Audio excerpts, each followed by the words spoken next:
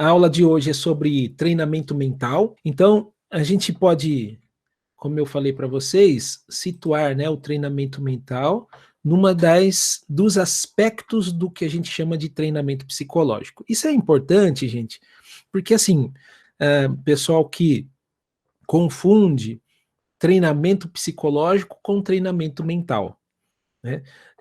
Não é que você não possa fazer uma propaganda assim, né, do seu trabalho enquanto treinamento mental, mas é importante sabermos que o treinamento mental faz parte, né, constitutiva de um treinamento maior que é o treinamento psicológico.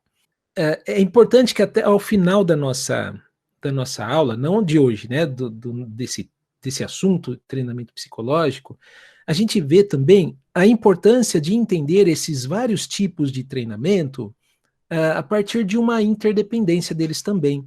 Né, porque até para começar a fazer um treinamento mental, é bom que se faça um treinamento de psicorregulação.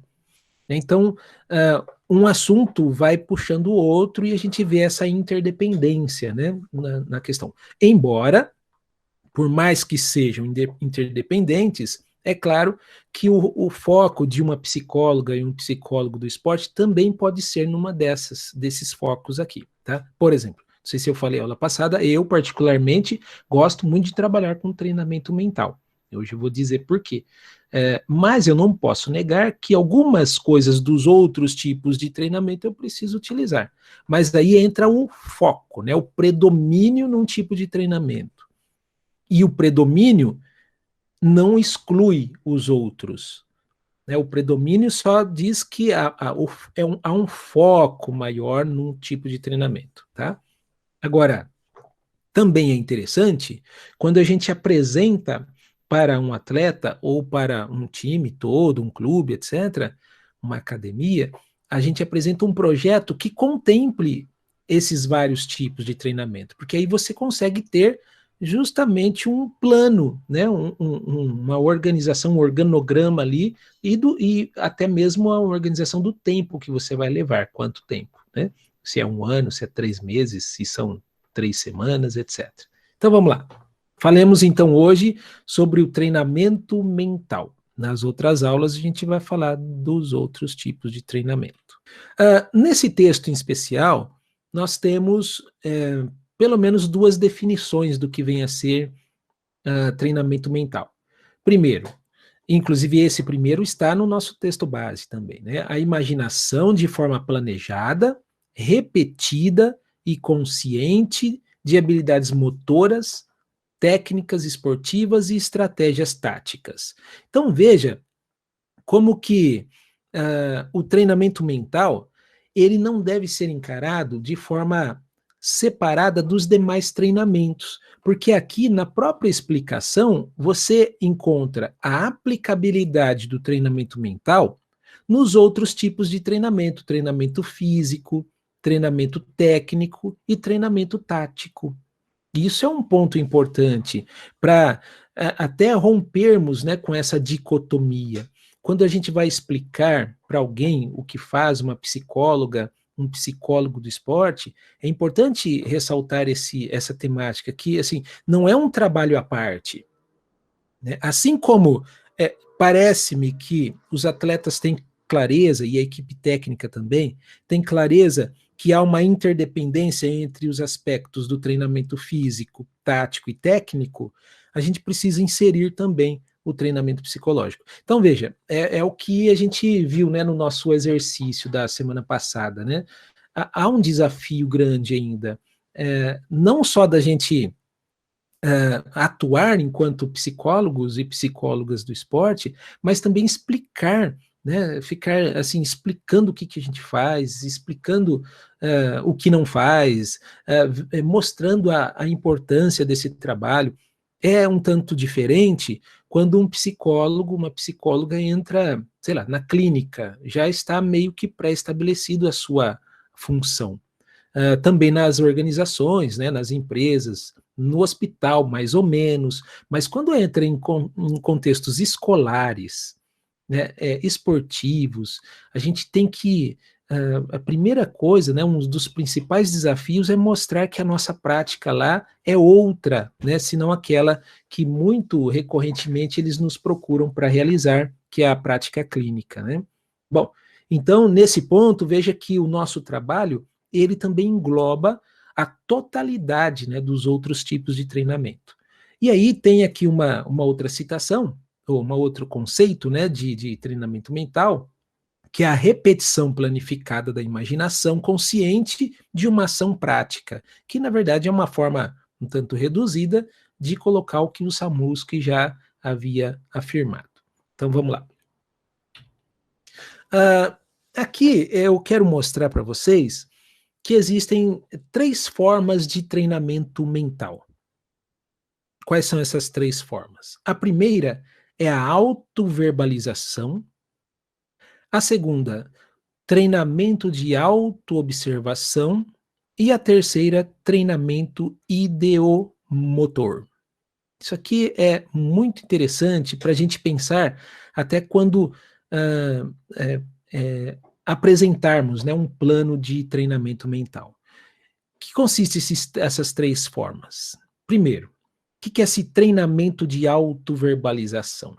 Um dos tipos de prática de treinamento mental é essa autoverbalização. O nome já diz, né? Falar para si mesmo.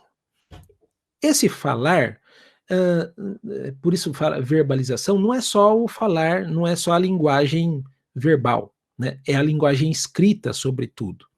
Né? O nome sugere, né, uma autoverbalização, parece que é só falar para si, né? Mas não é só essa linguagem fonética, é também uma linguagem semântica. No meu caso, eu gosto muito de trabalhar com a linguagem semântica para aqueles atletas que são alfabetizados, obviamente, né? Aqueles que não são, claro que a gente vai usar a linguagem fonética. Bom, o que significa esse tipo de treinamento? Veja bem, o atleta, ele tem alguns movimentos, ele tem alguns lances, alguns comportamentos, alguns golpes, enfim, alguns lançamentos que precisam ser automatizados e otimizados. Inclusive, são formas de comportamento que podem, inclusive, decidir, né, um jogo, decidir um movimento, etc. Então, sempre, quando se fala em treinamento mental, é muito importante que, junto com o atleta, escolhamos, né, o atleta e também o técnico, é importante que nós escolhamos alguns movimentos necessários para a automatização. E esses movimentos, a gente, uma das formas, né, que é o que eu falei aqui, a primeira coisa que eu faço, por exemplo, é pedir para que o atleta escreva os passos, escreva detalhadamente os passos necessários para a realização de um determinado movimento. O que acontece depois daí? Depois dele escrever, ou alguns falarem, né, a gente leva essas informações para o técnico, quando o técnico não está junto. Mas, muitas vezes o técnico não está junto, principalmente quando a gente faz um trabalho individual. Mas o que acontece? A gente pede para o atleta fazer todo um escrito ou falar de forma detalhada aquele determinado movimento que foi escolhido. Por exemplo, né, você está no atletismo, uma das coisas, uma das demandas maiores no atletismo é aquele reflexo e a postura e a atenção necessária para o momento da largada, da arrancada, né, da explosão, do tiro. O que acontece? Ali tem técnicas específicas para isso. Técnicas da forma como ficam as mãos, os pés, o tronco, a cabeça, técnicas de concentração também. Veja, e aí quando a gente pede para o atleta colocar em etapas, escrito ou falado, ele primeiro está detalhando esse movimento, né, geral. E esse detalhamento é um assunto que a gente faz em treinamento mental que se chama análise. Né? O que é uma análise? Análise é uma separação mental de partes ou qualidades do todo. Então, a gente pede para ele analisar aquele movimento, se é arrancada, ou, por exemplo, uma corrida de 100 metros, ela praticamente tem 3 níveis importantes para poder repartir com o atleta, que seria essa arrancada, depois os primeiros metros que o tronco e o corpo fica de uma forma diferente do que chegando ao final, né, dos 100 metros rasos, por exemplo. Um é para ganhar velocidade, um é força, né, o outro é para velocidade, enfim. Não à toa aquele Bolt, né, como que é o primeiro nome? É o Bolt. Mas tem um nome, o primeiro nome, esqueci. Usain Bolt. Isso. O que acontece? Qual que é o problema dele? É justamente no tiro. Né? E como que ele é um dos melhores corredores? Porque no processo ele consegue ultrapassar os outros, inclusive, que estão à sua frente, por conta da sua velocidade.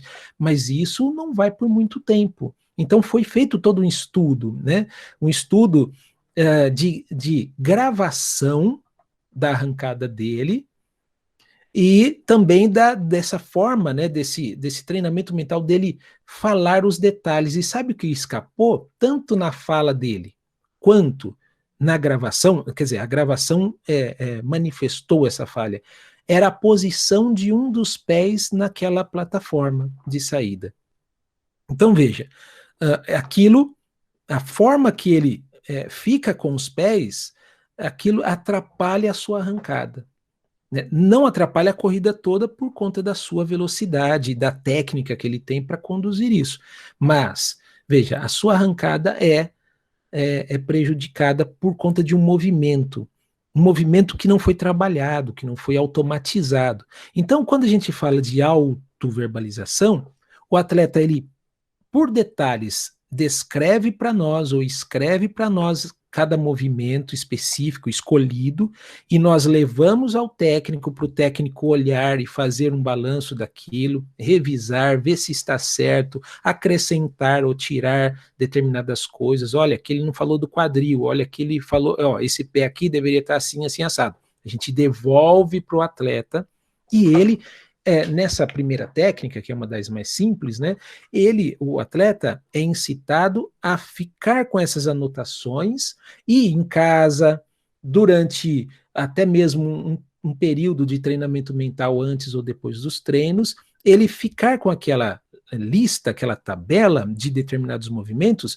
onde ele possa ler e, ao mesmo tempo que lê, nós incitamos com que ele também imagine aqueles movimentos, né? Crie representações mentais desses movimentos. Daqui a pouco a gente vai falar para que serve isso. Mas primeiro vamos entender as formas, tá?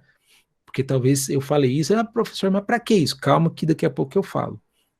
Então essa é a forma mais simples de treinamento mental. É o treinamento da autoverbalização. Então, veja, não é o cara falar sozinho, tá? Não é falar para si, eu vou ganhar, eu vou ganhar, eu vou ganhar, eu vou ganhar, eu vou ganhar. Não é isso. A autoverbalização é a escolha precedente de um determinado movimento, que ele sabe que precisa aprimorar, que ele sabe que são movimentos complexos, etc. Muitas vezes até escolhido pelo próprio técnico.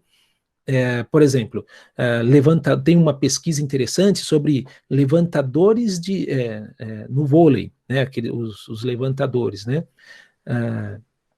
Veja, mas é um trabalho de treinamento mental somente para esse tipo de atleta, onde precisaria intensificar.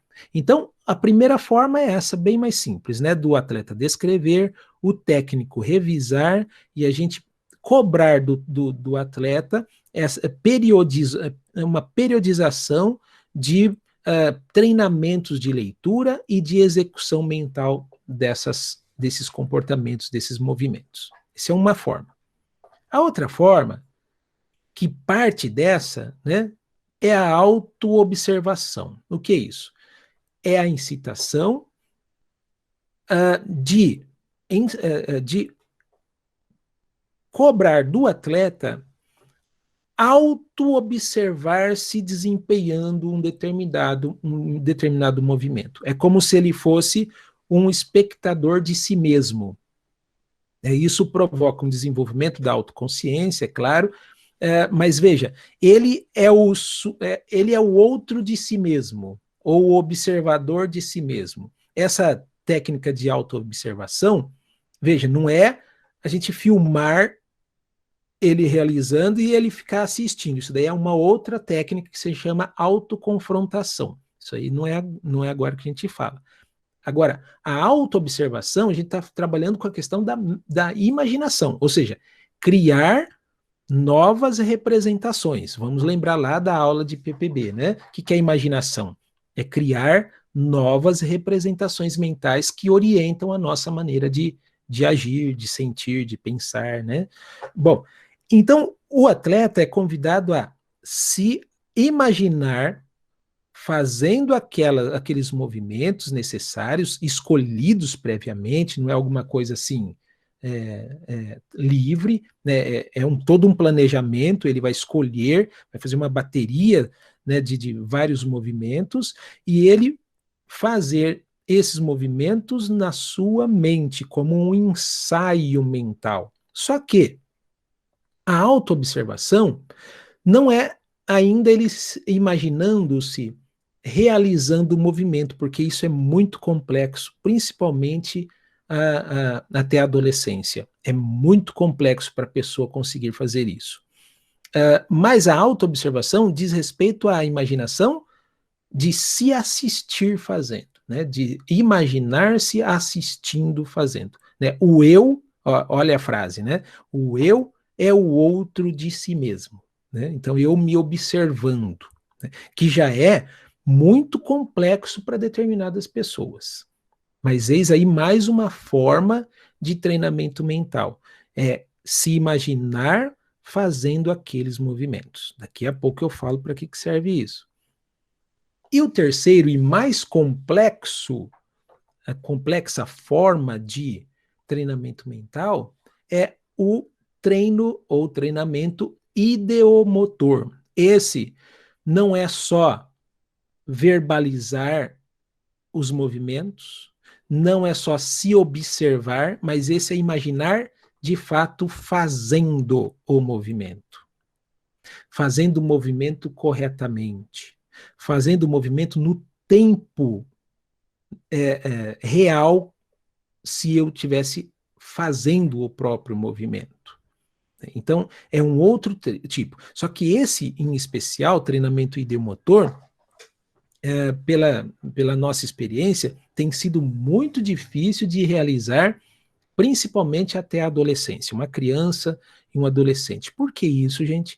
Porque a gente está falando de uma etapa do desenvolvimento humano onde o córtex parietal, né, esse onde fica o fone de ouvido aqui quem que está com fone de ouvido? O André está com fone de ouvido lá, né? Ou quem tem cabelo coloca o arquinho, né? No meu caso não dá, né? É o córtex que é responsável pelo mapeamento do nosso corpo. Até aí tudo bem. Um adolescente já tem um córtex parietal já mielinizado, né, desenvolvido, já passou pela poda sináptica. No entanto, para eu imaginar-me realizando um tipo de atividade, não como espectador de mim, mas fazendo, eu preciso de uma ligação, não só com o córtex parietal de forma isolada, mas eu preciso de unir essas conexões com uma nova camada que na adolescência ainda está em fase de desenvolvimento, que é o córtex pré-frontal dorso lateral, né, responsável entre várias coisas, pelo planejamento das ações que eu vou fazer, e o córtex órbito-frontal, que é responsável pela antecipação mental do que o outro vai sentir ou pensar diante das minhas atitudes. Então, veja, no entanto, nesse caso do órbito frontal que eu acabei de falar para você, ele só se desenvolve na pessoa lá para os 30 anos de idade. Né? Então, veja, a gente está falando de quem que está falando? Até que idade esse treinamento? Peraí, deixa eu ver se eu entendi aqui essa pergunta aqui. Foi a Raira. Até que idade a dificuldade nesse treinamento? Ah, Raíra, eu vou falar agora. Tô indo devagar para justamente mostrar isso. Primeiro eu estou mostrando que, veja, em questão cronológica, ainda o adolescente tem dificuldades por causa, né, de um cérebro que está ainda em desenvolvimento. Mas e aí então? Então vamos esperar lá os 30 anos de idade, como a Raíra perguntou aqui, para que isso tudo esteja pronto? De forma alguma. É uma frase que eu sempre carrego comigo, né, que funções psicológicas se desenvolvem com o uso. Então, assim, quanto mais nós incitarmos a criança e o adolescente a fazer isso, mais rápido ela vai fazer. Por quê? As sinapses, as conexões, elas são formadas mediante a atividade do sujeito, e não de forma natural. Algumas pessoas não terão um córtex pré-frontal totalmente desenvolvido por falta, inclusive, de atividades que requeiram o seu desenvolvimento. Então, o que eu estou querendo aqui dizer é que o treinamento mental deve considerar essas especificidades do desenvolvimento humano, mas não de forma passiva. Deve considerar e já incitar tanto criança quanto adolescente e adulto o desenvolvimento mais efetivo da própria imaginação. Então, olha, resumindo, né? A autoverbalização é a descrição, seja escrita ou falada, de cada parte de um determinado movimento.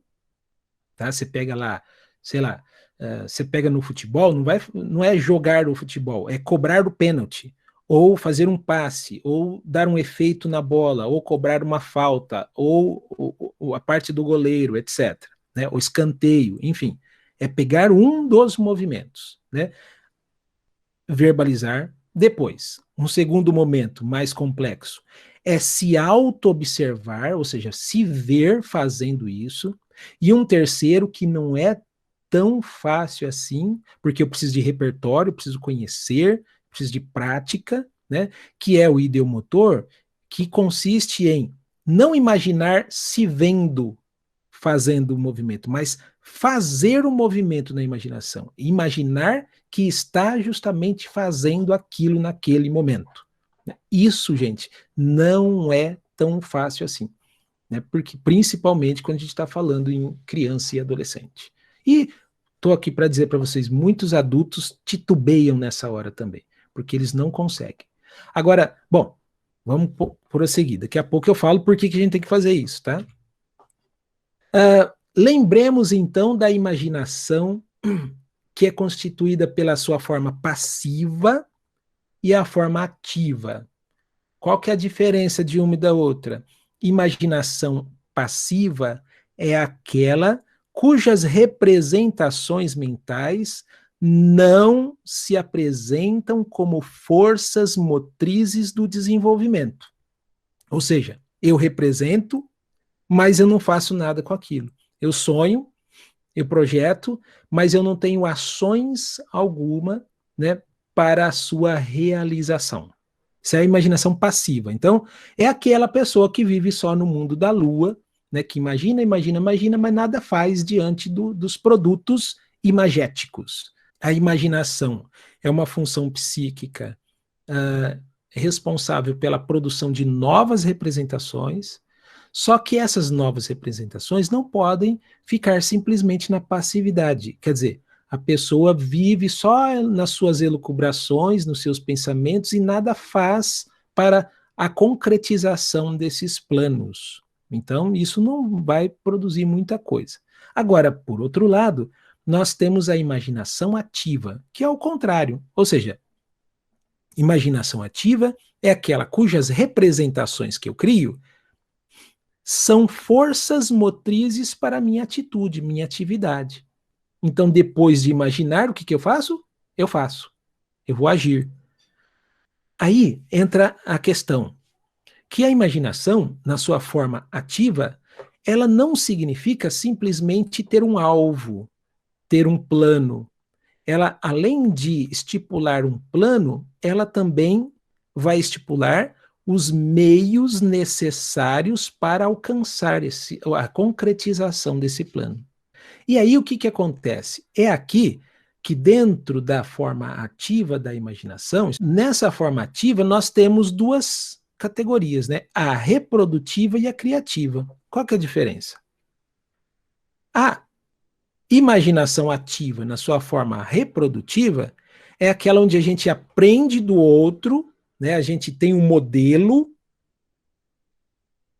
a gente tem um parâmetro para poder copiar, para poder se basear, e aí depois vem os seus aspectos criativos, que é o quê? A partir dos modelos que eu tenho, eu vou criar uma coisa nova, né? Eu vou criar uma atividade nova. Qual que é a melhor? Não, as duas precisam estar juntas. Ninguém vai tirar do nada. Eu preciso aprender primeiro, para depois criar. Eu reproduzo o que já existe, para depois criar uma coisa nova. Tá? Essa coisa nova nunca sai por osmose, né, do fundo das gavetas enclausuradas do nosso ser, não é assim. A gente precisa conhecer algo primeiro para depois criar uma coisa nova. Então, o treinamento mental, seja nas três formas que eu aqui falei, né, nas suas formas de autoverbalização, autoobservação e ideomotor, servem para dois motivos. Primeiro, para a fixação de movimentos e ou fixação e entendimento de situações. Então, veja, é tanto a questão técnica quanto a questão tática. Eu posso criar um treinamento só com movimentos específicos, porque a pessoa está errando o saque toda hora, mas eu posso também criar um treinamento mental para situações, situação de jogo, de provocação dos adversários, de provocação que a torcida também faz, de situações onde, sei lá, o pênalti que eu vou cobrar vai definir o campeonato, porque a final foi para os pênaltis e eu sou o último a cobrar, ou eu sou o goleiro que preciso. Enfim, são situações onde a gente cria, né? A gente treina situações adversas justamente para criar condições tanto cognitiva quanto afetiva em situações reais. Então, alguns exemplos, né, dessas situações, que dos movimentos acho que eu já falei bastante. A gente pode treinar com atleta assim, olha, eu vou dar um exemplo que uma estagiária minha fez. Ela fez assim, ela criou vários charts, flip charts, né? Charts que fala, né? Aqueles cartãozinho pequenininho.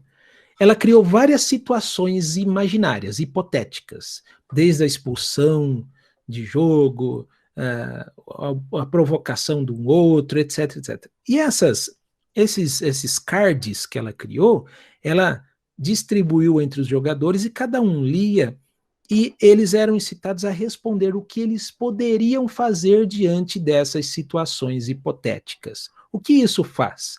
Isso faz com que eles possam sair, né, porque a questão imagética é sair do aqui e agora para planejar, para produzir uma nova situação, mesmo que ela seja hipotética. Por que isso?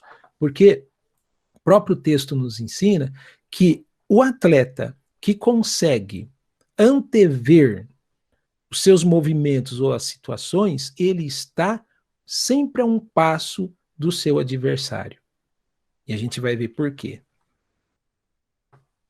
Por que ele está sempre um passo do adversário? Veja aí. Primeiro, que o treinamento mental, ele possibilita a criação de sinapses. Ou seja, tanto no movimento quanto nas situações, eu já tenho uma estrutura de conexões sobre aquele movimento, que ele não existe, mas ele já existe em conexões mentais. Ele já existe em questões tanto cognitivas quanto afetivas já preparadas. É por isso que eu falo que o atleta que treinamentalmente, ele está um passo à frente dos seus adversários, porque ele já tem conexões prontas para determinadas atividades, movimentos e situações. Esse é um ponto fulcral da nossa discussão. Quem me chama? Denise. Oi, Denise. Opa. No treinamento sempre vai fazer a sequência dessas 3 formas que você está falando? Não necessariamente, Denise. Dependendo já do grau de desenvolvimento do atleta e do quanto você trabalhou, você pode já direto no ideomotor. Tá? Mas daqui a pouco ainda vou te mostrar mais uma fase ainda que existe, tá? Até para trabalhar com isso. Mas eu sugiro que no começo você comece primeiro com o autoverbalização, depois com o autoobservação e depois com o ideomotor. Por quê? Porque a gente está respeitando, inclusive, o próprio processo de abstração do pensamento. Tá? Primeiro, algo bem concreto, escrever, falar, né? Por quê? Isso eu falo na minha tese de doutorado, que não há como desenvolver um pensamento abstrato se antes o pensamento concreto não estiver bem estruturado. Então, um é condição para o outro. Então, nesse ponto, sim, Denise, é importante que comece nas formas mais simples para que a pessoa consiga chegar a níveis mais complexos de treinamento mental. Beleza? Beleza, obrigada. Vamos lá. Então, bom, primeira coisa, quando alguém faz um treinamento psicológico, as estruturas cerebrais já se preparam para isso. Então, quando ele estiver diante de situações ou diante de alguns movimentos que ele precisa executar, aquilo já está automatizado.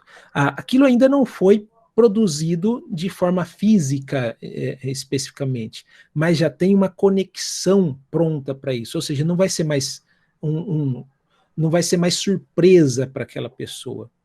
O treinamento mental, o nome já diz, possibilita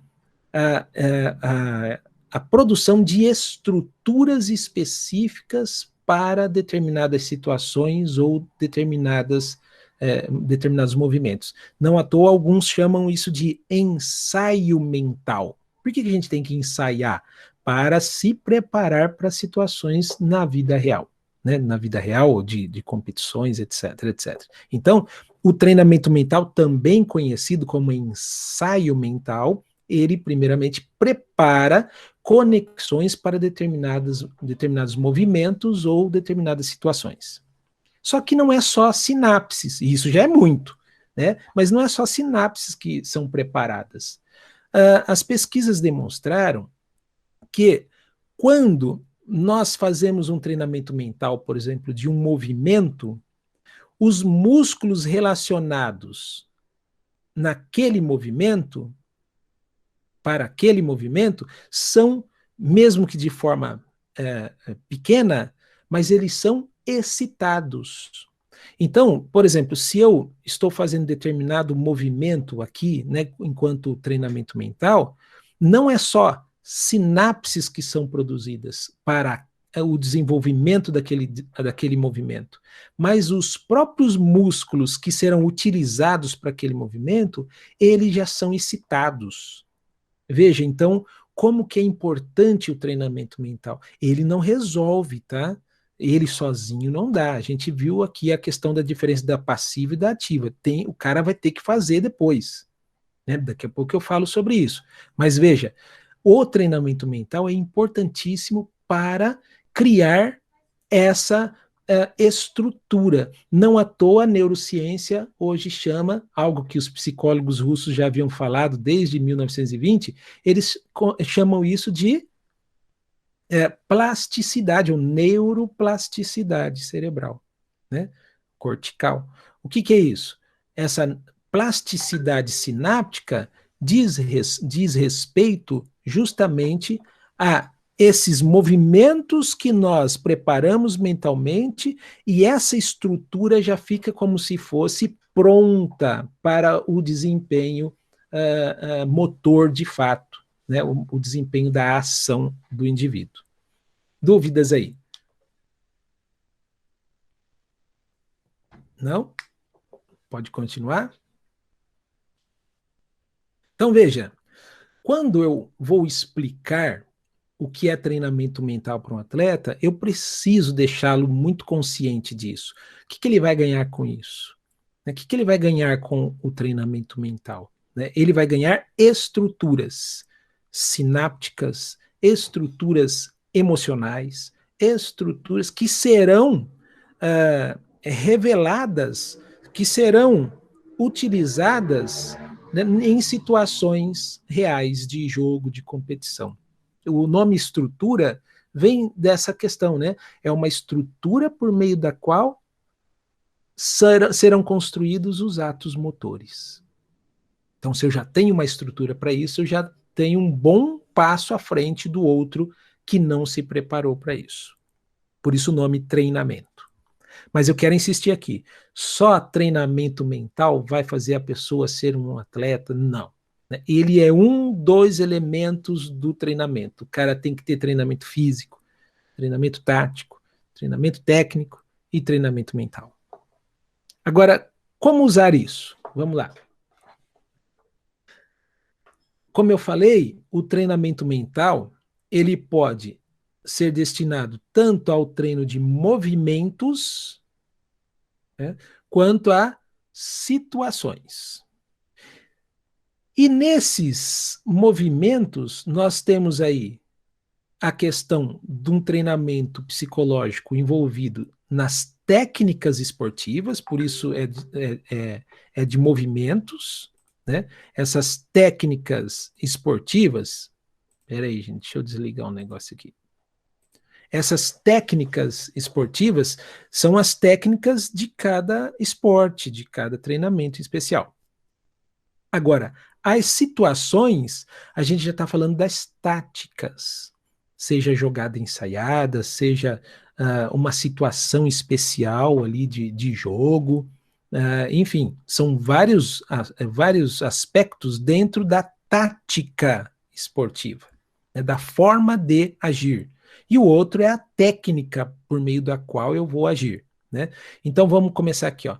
Tanto nos movimentos quanto nas situações, o treinamento mental vai englobar 3 níveis. Um nível que a gente chama a imaginação antecipatória.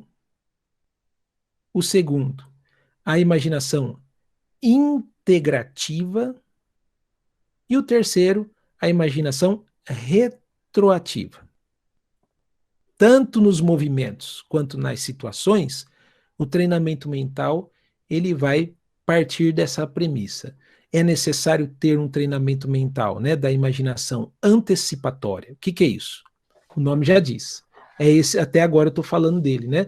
Que é antes da situação de jogo, antes da situação de campeonato, antes da situação, né, da execução, a pessoa preparar-se para isso. E como que ela se prepara? Aí vamos voltar lá, né? Ela se prepara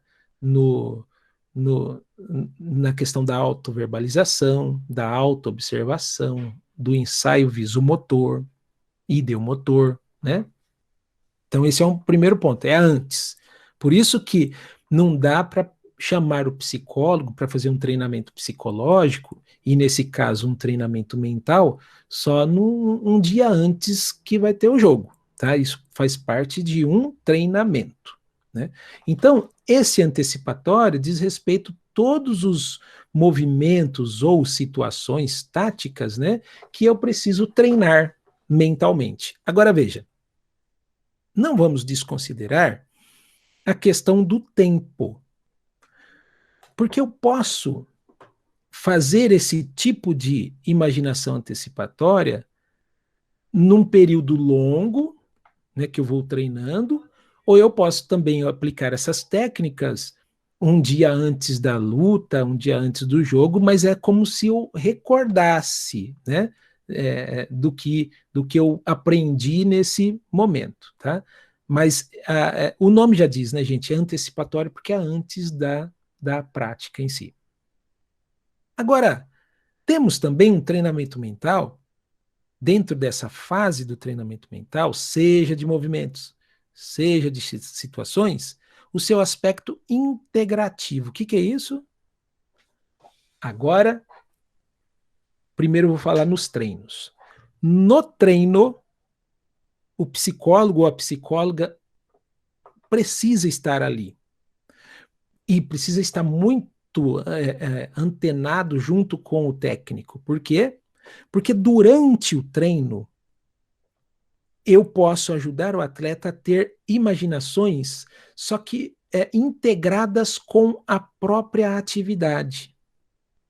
Então, ele incitar o atleta a usar toda essa técnica imaginativa no que ele vai fazer agora, no aqui e no agora.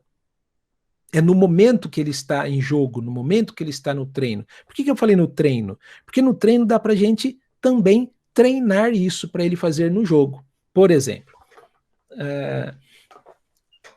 teve uma situação que eu tinha uma estagiária nos Meninos da Vila.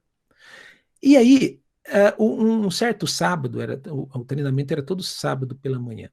Um certo sábado, o treinador fez uma fila da meninada, né, a base, né, o time da base. E aí, a meninada fazia uma fila para chutar pênalti, né, para cobrar um pênalti. E veja, na fila, a estagiária percebeu uma conversa paralela, eles não se falavam, e chegava lá e havia muitos erros, né, de cobrança de pênalti. Foi aí que nós pensamos em aplicar nessa fila de cobrança de pênalti o que a gente chamou de imaginação integrativa. O que era? Ela passava por criança, perguntando: qual é o lado que você vai chutar? Com que perna que você vai chutar? Você vai usar algum efeito na bola? Você vai chutar rasteiro, mediano ou no alto? O que você pensa? E a grande parte, não sei, chega lá eu vejo. Então, o que acontece? O treinamento mental ajuda, nesse momento, uma decisão antecipatória. Por mais que seja antecipatória, mas não é essa categoria. É antecipatória dentro da situação de jogo. Né? Então, quer dizer, é incrível, gente. Isso a gente fez em 2 times. A gente fez tanto no futebol de base, como também no lançamento no basquete. É incrível como, quando você fala com o atleta antes, para que ele, até na fila, no treinamento, comece a visualizar aquilo que ele vai fazer, como que ele vai agir, como que o movimento ou a tática, ela se efetiva mais.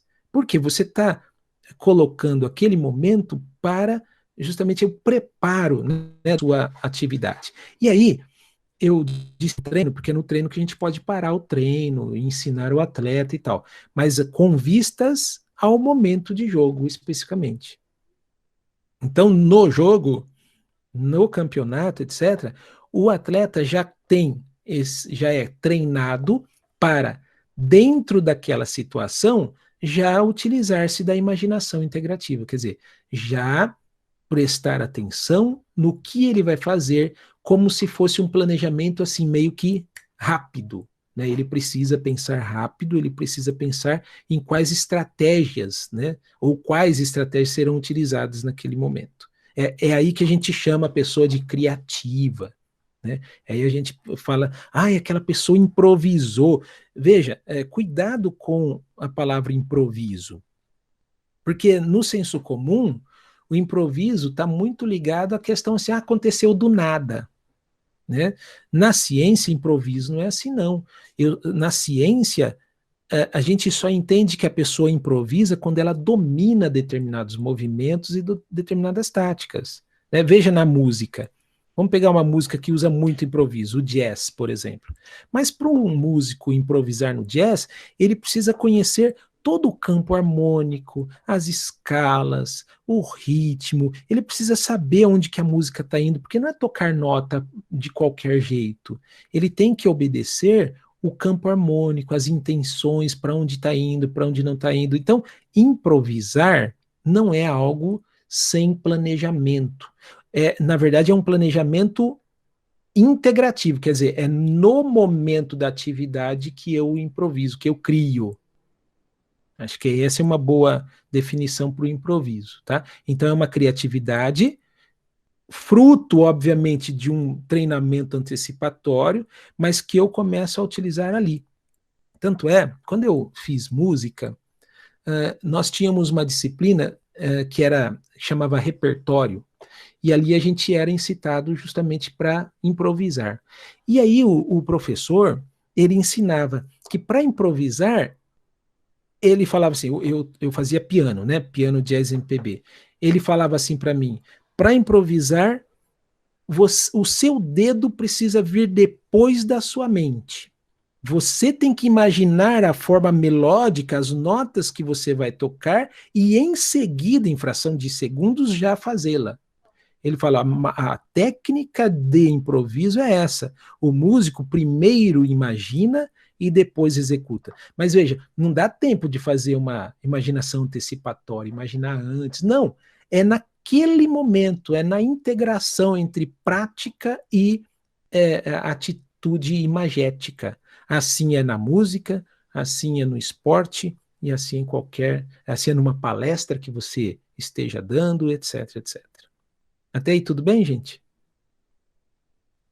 Agora tem uma outra forma, né, um outro ponto importante, que é a imaginação retroativa. Agora é a hora do balanço, né, depois do jogo, depois da jogada, depois que tudo passou, onde a gente vai pegar algumas imagens, criar algumas possibilidades do que passou, tanto no que eu poderia fazer de melhor, né, quanto eu poderia modificar, ou até mesmo num tipo de imaginação reprodutiva que eu reproduzo algumas coisas do que aconteceram. Né? Mas isso é muito importante até para corrigir erros, né, para corrigir erros principalmente táticos. Né? De movimento, hoje a gente usa bastante a autoconfrontação, como eu falei para vocês, que é um outro papo, que é agora principalmente com a filmagem a gente consegue até melhor. Né? Mas esse retroativo a gente costuma colocar muito nas situações. Né? A pessoa lá foi expulsa no jogo. Até ele prejudicou o próprio time por causa do seu nervosismo, etc, etc. Então a gente faz um trabalho de retroativa. Né? Olha, o que você poderia fazer para evitar isso? Né? Olha, você não usou a técnica de respiração naquela hora, você foi explosivo, já xingou o juiz, xingou a mãe do juiz, bateu no outro, etc. Então, o que acontece? Nós utilizamos essa imaginação retroativa até para consertar alguns problemas dentro das situações táticas. Olha, onde que o goleiro poderia estar, onde que aquele ala poderia estar, onde que aquele lutador poderia, o que ele poderia fazer para evitar determinado ponto que ele sofreu, enfim, são imaginações retroativas que ajudarão, em última instância, nas próximas oportunidades de jogo, de campeonato. Tá? Deixa eu só falar mais uma coisa, que eu esqueci de dar um exemplo, eu gosto sempre de dar exemplo na imaginação integrativa, aquele momento de descanso, numa luta de boxe, aqueles minutinhos que tem no MMA, né? Ali a gente também faz todo um projeto, né? São algumas, dependendo o estilo, são segundos ou outros são minutos, mas o que acontece? Ali a gente tanto consegue fazer com que o atleta faça uma respiração, se necessário, ouça a instrução do seu técnico e ainda faça com o conteúdo da instrução do seu técnico, ele também aprende a fazer uma imaginação integrativa bem rapidinho ali, tanto dos movimentos quanto das situações. Isso é treino, moçada. Isso daí não dá para fazer de outra forma. E como que eu faço isso? É provocar situações reais dentro do treino tático e técnico e físico. Por exemplo, uma vez por mês, nós realizamos tipo um campeonato mesmo entre os atletas do mesmo time e colocamos situações de fato assim, com o árbitro, com situações de intervalo, aquele intervalo do vôlei, que é bem pequeno, são alguns segundos, 1 minuto para poder, né, modificar alguma coisa lá e já volta, no MMA, enfim, né? O que é isso? No basquete, enfim. É um momento que não é só para o técnico falar palavrão e a câmera focar nele, ele nervoso, chutar a mesa, né, bater nos atletas, e depois um bate na bunda do outro, vamos lá, agora vamos, uhul, não é isso só. Né? A questão é que quando a gente vê uma equipe treinada de verdade, no sentido psicológico, o que a gente vai ver ali junto? Além da instrução do técnico, eles estão ouvindo a instrução do técnico, fazendo técnicas de respiração, seja para ativação ou para o relaxamento, e muito mais do que isso. Quando o técnico está falando, eles já estão treinados para fazer essa imaginação integrativa, né? Já imaginando o que pode fazer diante dessas instruções do técnico. Tá? Mas isso é treino. E como que a gente tem que fazer? Tem que junto com o técnico, fazer essas situações em treino. Sabe o que eu vejo no treino? Que o próprio técnico, vamos pegar um treino de vôlei, pouquíssimos técnicos no treinamento de vôlei, handball, basquete, eles colocam situações reais de jogo, tanto no tempo do jogo, quanto também naquele tempo de conversa com os técnicos, de parada técnica. Poucos treinamentos eu vejo. Aí sabe o que acontece? Nem o técnico e nem os jogadores, nem os atletas conseguem, no momento de jogo de verdade, conseguem organizar aquele pequeno período de tempo de instrução. Por isso que vem aquelas coisas mirabolantes que a gente vê na TV. Né? Por quê? Porque estão desorganizados.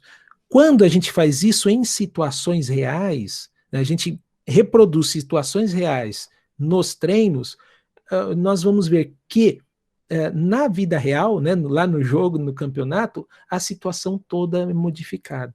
Por quê? Porque os atletas já têm até aquele time, né, já tem já é treinado até para fazer um tipo de imaginação integrativa no próprio momento que está sendo instruído ali. Se eu não preparo isso antes, não adianta esperar isso dele lá na frente, né? Lá na situação de jogo, de campeonato. Vamos lá. Bom, aqui então é um exemplo de treinamento mental dos passos que a gente viu aqui, né? Então, um exemplo tem vários tipos, tá, gente? O texto mostra vários, só estou trazendo esse aqui porque o nosso foco não é só o treinamento mental, né? A gente está falando do treinamento psicológico em geral e eu separei cada aula dessa para a gente falar de um deles, né? Passo 1.